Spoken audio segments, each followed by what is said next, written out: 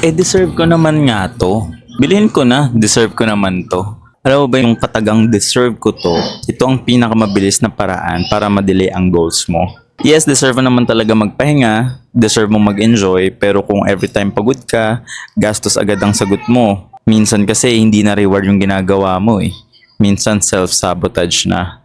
Gamit na natin to lalo after long week, toxic na trabaho, sunod na responsibilities, and yes, I get it, no?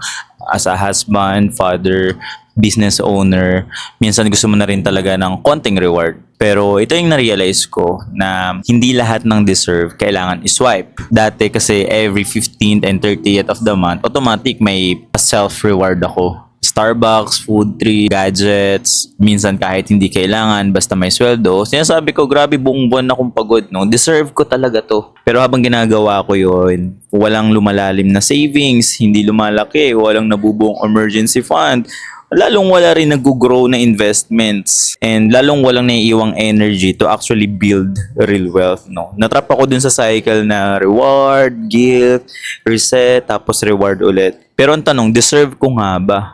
O nagpapalubog lang ako sa sarili kong progress? According to study on emotional spending, people under high stress are 23% more likely to buy impulsively.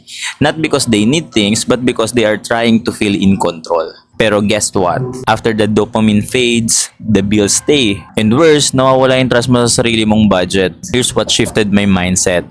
Instead of asking, deserve ko ba to? I started asking, will this move me closer to the life I want? That simple shift helped me say no to impulsive spending and say yes to the things na may long-term impact, like building an emergency fund, getting insurance, starting a small investment. Deserve mo ang kapayapaan sa finances. Deserve mo rin ang freedom sa utang. And deserve mo ang future na hindi takot sa biglaang gastos. Pero, you can swipe your way to that kind of freedom. If you want help creating a spending system that allows joy without guilt, message me. Hindi rin naman to perfect pero we're in the same journey. We're building real wealth habang natututo pa rin araw-araw.